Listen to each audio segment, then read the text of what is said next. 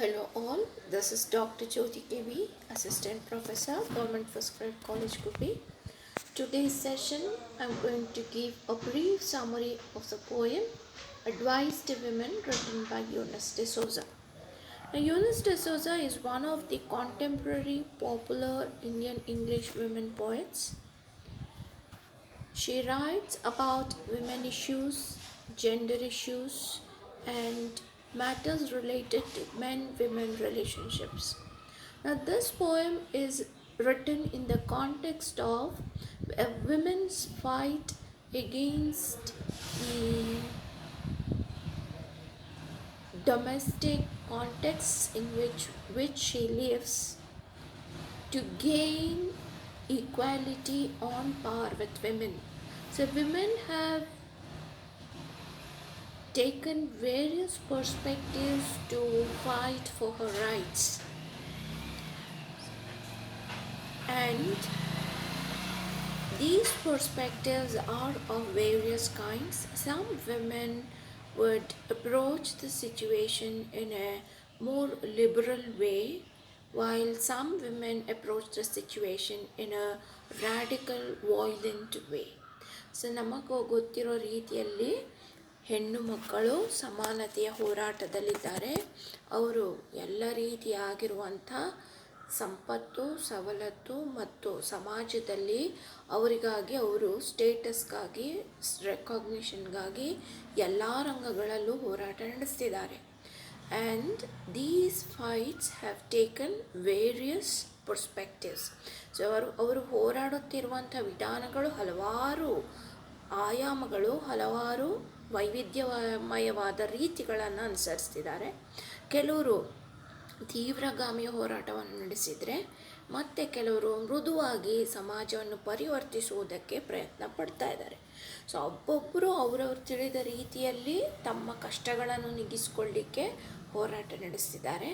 In such situation, ಇಂಥ ಪರಿಸ್ಥಿತಿಯಲ್ಲಿ where women is fighting in various ways for her equality or for her well-being or for her happiness, ಸಂತೋಷಕ್ಕಾಗಿ, ಸವಲತ್ತುಗಳಾಗಿ ಮಹಿಳೆಯರು ಹಲವಾರು ರಂಗಗಳಲ್ಲಿ ಹೋರಾಟ ನಡೆಸ್ತಿರಬೇಕಾದ್ರೆ ಯೂನಿಸ್ ಡೆ ಸೋಜಾ ಅವರು ಒಂದು ಕಿವಿ ಮಾತನ್ನು ಹೇಳ್ತಾ ಇದ್ದಾರೆ ಮಹಿಳೆಯರಿಗೆ. ಏನದು ಅಂತಂದರೆ, if you are fighting for love, if you are fighting for wealth, if you are fighting for status, prestige, power, whatever it might be. So ಮನುಷ್ಯರು ಹೋರಾಟ, ಹೆಣ್ಣು ಮಕ್ಕಳು ಹೋರಾಡ್ತಿರೋದು ಯಾವುದಾದ್ರೂ ಕಾರಣ ಇರಲಿ, ಸವಲತ್ತುಗಳಿಗೆ, ಸಂಪತ್ತುಗಳಿಗೆ, ಪ್ರೀತಿಗೋಸ್ಕರ, ಅಥವಾ ಬೇರೆಯವರ ಅನುಕಂಪಕ್ಕೋಸ್ಕರ, ಸ್ಟೇಟಸ್ಗೋಸ್ಕರ, ಪ್ರೆಸ್ಟೀಜ್ಗೋಸ್ಕರ ಹಲವಾರು ಕಾರಣಗಳಿಗೆ ಮಹಿಳೆಯರು ಹೋರಾಡ್ತಾ ಇರ್ಬೋದು.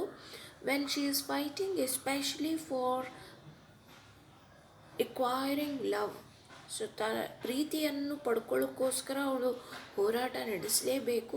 ಯಾಕೆಂದರೆ ಒಬ್ಬ ಪುರುಷನ ಸುತ್ತ ಅವರ ತಾಯಿ ಇರ್ತಾರೆ, ತಂದೆ ಇರ್ತಾರೆ, ಅಥವಾ ಅವರ ಅಕ್ಕ ತಂಗಿಯರಿರ್ತಾರೆ, ಮತ್ತು ಸಮಾಜ ಇದೆ, ಹಲವಾರು ಕೆಲಸಗಳನ್ನು ಪ್ರತಿಯೊಂದು ವ್ಯಕ್ತಿಯೂ ಮಾಡಬೇಕಾಗಿರೋದ್ರಿಂದ ಅದರಲ್ಲಿ ಅವಳು ಪುರುಷನ ಮನಸ್ಸಿನಲ್ಲಿ ಸ್ಥಾನವನ್ನು ಪಡ್ಕೋಬೇಕು ಅಂತ ಹೋರಾಟವನ್ನು ನಡೆಸ್ತಾ ಇರುವಂಥ ಮಹಿಳೆ ಹೇಗೆ ವರ್ತಿಸಬೇಕು ಅನ್ನೋದಕ್ಕೆ ಒಂದು ಅಡ್ವೈಸನ್ನು ಕೊಟ್ಟಿದ್ದಾರೆ, ಒಂದು ಸಲಹೆಯನ್ನು ಕೊಟ್ಟಿದ್ದಾರೆ ಯೂನಿಸ್ ಡೆ Soja.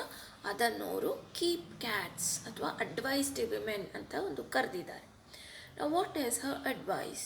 So she advises women to behave like cats to fight for her goals. ಅವರ ಗೋಲನ್ನು ಅಚೀವ್ ಮಾಡಲಿಕ್ಕೆ ಬೆಕ್ಕುಗಳ ರೀತಿಯಲ್ಲಿ ವರ್ತಿಸಬೇಕು ಮಹಿಳೆಯರು ಎಂದು ಸಜೆಷನನ್ನು ಕೊಟ್ಟಿದ್ದಾರೆ.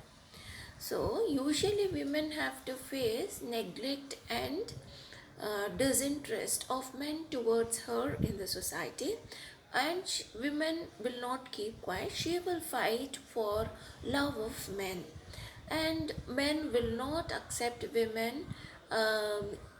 that easily, which she guesses. So she becomes very sorrowful and sad. So ಮಹಿಳೆಯರು ಪ್ರೀತಿಗೋಸ್ಕರ, ಅಂದರೆ ಪುರುಷನ ಮನಸ್ಸಿನಲ್ಲಿ ಸ್ಥಾನಮಾನ ಪಡೀಲಿಕ್ಕೋಸ್ಕರ ಹೋರಾಟ ನಡೆಸ್ತಾನೇ ಇದ್ದಾರೆ. And this is always seen in the form of disinterest and neglect towards her. So ಮಹಿಳೆಗೆ ಪುರುಷರು ತಮ್ಮನ್ನು ನಿರ್ಲಕ್ಷಿಸ್ತಿದ್ದಾರೆ, ತಮ್ಮನ್ನು ಕೇರ್ಲೆಸ್ ಮಾಡ್ತಾ ಇದ್ದಾರೆ ಅಂತ ಗೊತ್ತಾಗತ್ತೆ. ಸೊ ಅಂಥ ಸಂದರ್ಭದಲ್ಲಿ ಅವಳು ನೀನು ನನ್ನನ್ನು ಪ್ರೀತಿಸಲೇಬೇಕು, ನಾನು ಹೇಳಿದಾಗ ನೀನು ಮಾಡಲೇಬೇಕು ಅಂತ ಹೇಳಿ ತೀವ್ರಗಾಮಿಯಾಗಿ ವಾಯ್ಲೆಂಟಾಗಿ ರಿಯಾಕ್ಷನನ್ನು ಮಾಡದೆ she should behave like cats. So ಕ್ಯಾಟ್ಗಳ ರೀತಿಯಲ್ಲಿ ನೀವು ವರ್ತಿಸಿ ಅಂದರೆ ನೀವು ಪುರುಷರ ಪ್ರೀತಿಯನ್ನು ಸಂಪಾದನೆ ಮಾಡುವ ವಿಷಯಕ್ಕೆ ಬಂದಾಗ you behave like cats. Whether it is the love of your lover, whether it is the love of your husband or somebody whom you love, ನಿಮ್ಮ ಪ್ರೀತಿ ಪಾತ್ರರ ಪ್ರೀತಿಯನ್ನು ಗಳಿಸಲಿಕ್ಕೆ you have to behave like cats. And otherness is a common challenge which women have to face everywhere. So otherness ಅಂದರೆ ಅವಳನ್ನು ಒಂದು ಪ್ರಮುಖ ವಿಷಯ ವ್ಯಕ್ತಿ ಎಂದು ಯಾರೂ ಪರಿಗಣಿಸದೇ ಇರೋದು ಸಾಮಾನ್ಯವಾದ ಸಮಸ್ಯೆ ಇದೆ. So why she should tolerate and have patience is because this negligent attitude towards her is only temporary and it cannot become a permanent behavior of men towards her. So ಯಾಕೆಂದರೆ ಈ ನೆಗ್ಲೆಕ್ಟ್ ಪುರುಷ ಮಹಿಳೆಗೆ ತೋರಿಸುವಂಥದ್ದು ತಾತ್ಕಾಲಿಕವಾದ ವಿಷಯವಾಗಿರುತ್ತದೆ.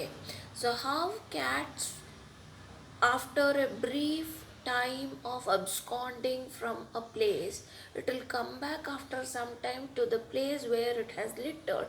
ಯಾವ ರೀತಿ ಬೆಕ್ಕುಗಳು ಒಂದಷ್ಟು ದಿನ ಮನೆಯಲ್ಲಿ ಸಾಕಿರುವಂಥ ಬೆಕ್ಕು ನಿಮ್ಮ ಮನೆಯಲ್ಲೇ ಇರುತ್ತೆ, ಒಂದಷ್ಟು ದಿನ ಎಲ್ಲಿ ಕಾಣೆ ಆಗುತ್ತಾ ಗೊತ್ತಿಲ್ಲ, ಮತ್ತೆ ವಾಪಸ್ ಬರುತ್ತೆ. ಸೊ ಹಾಗೇ ಬಂದು ಅದರ ಜಾಗದಲ್ಲೇ ಮಲಗುತ್ತೆ, ಅದರ ಜಾಗದಲ್ಲೇ ಗಲೀಜು ಮಾಡುತ್ತೆ, ಮತ್ತು ಎಲ್ಲಿ ಅದಕ್ಕೆ ರೂಢಿ ಆಗಿರುತ್ತೋ ಅದೇ ಕೆಲಸವನ್ನು ಅದು ಮಾಡ್ಕೊಂಡು ಹೋಗುತ್ತೆ. So same way men will also return back to their places, that is women's heart, after some time. So men have practiced to be in the hearts of women for a long time, and women should wait for her men to come back to their places. So ಬೆಕ್ಕುಗಳು ಹೇಗೆ ಒಂದಷ್ಟು ದಿನ ಕಾಣೆಯಾಗಿ ವಾಪಸ್ ಬರ್ತಾವೋ ಹಾಗೆ ಪುರುಷರು ಕೂಡ ವಾಪಸ್ ಬರ್ತವೆ when there is a necessity for them. So when they are in need of love, affection and care, they will definitely come back. So you should not take their temporary separation, the temporary distance as a serious one. So ಅದೊಂದು ಗಂಭೀರ ವಿಷಯ ಎಂದು ನೀವು ಪರಿಗಣಿಸಬಾರ್ದು ಅಂತ ಮಹಿಳೆಯರು ಹೇಳ್ತಾರೆ.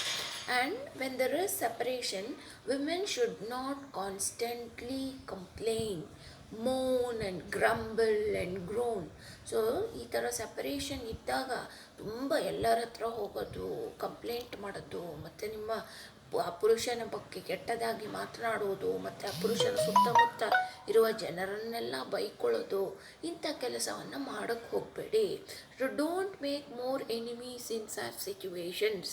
Don't start complaining, don't start expressing objection to how the lover or your husband behaved.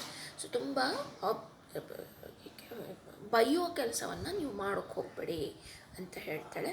And when the men come back after some time, you should take him in the new way itself. You should receive him in the new situation.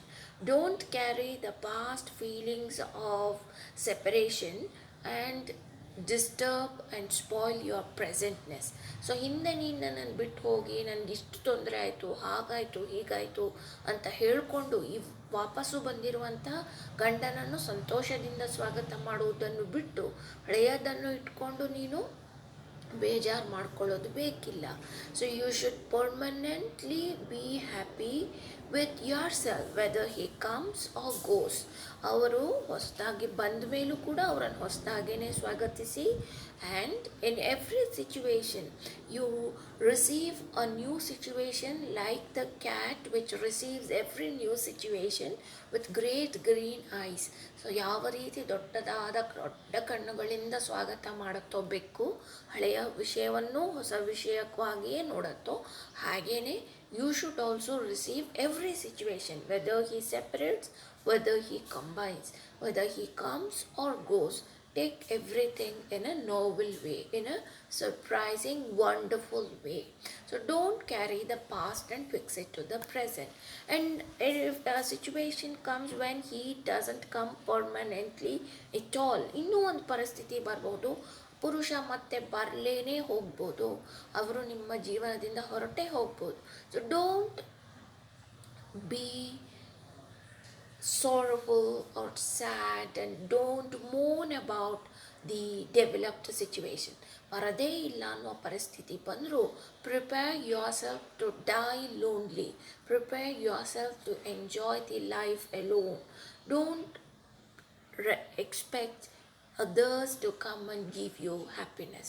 Prepare your mind to be happy by itself. So ಯಾರೋ ಬಂದು ಸಂತೋಷ ಕೊಡಲಿ ಅಂತ ಕಾಯೋದು ಬೇಡ. ನಿಮಗಾಗಿ ನೀವು ಜೀವನ ಮಾಡಿ. ನೀವು ಹುಟ್ಟಿರುವುದು ಒಬ್ಬರೇ, ಸಾಯುವುದು ಒಬ್ಬರೇ. ಹಾಗಾಗಿ ನೀವೊಬ್ಬರೇ ಜೀವನವನ್ನು ನಡೆಸ್ಕೊಂಡು ಹೋಗಿ. ಅಂಥ ಪರಿಸ್ಥಿತಿ ಬಂದರೆ ಕೂಡ, ಯಾರೂ ಬರಲ್ಲ ಅನ್ನೋ ಪರಿಸ್ಥಿತಿ ಬಂದರೆ ಕೂಡ ಜೀವನವನ್ನು ಹಾಗೆ ನಡೆಸಿ ಅಂದ್ಬಿಟ್ಟು ಯೂನಿಸ್ ಡಿಸೋಜ ನಮಗೆ ಅಡ್ವೈಸ್ ಟು ವಿಮೆನ್ ಅನ್ನುವಂಥ ಪದ್ಯದಲ್ಲಿ ನಮಗೆ ಹೇಳಿಕೊಟ್ಟಿದ್ದಾರೆ. So I think this would be helpful for you for your ಎಕ್ಸಾಮ್ಸ್ಗೆ ಸಹಾಯ ಆಗುತ್ತೆ. I have told you both in English and Kannada, and I shall give notes along with this video so that you can write it down in your notebooks and use it for your writing answers for your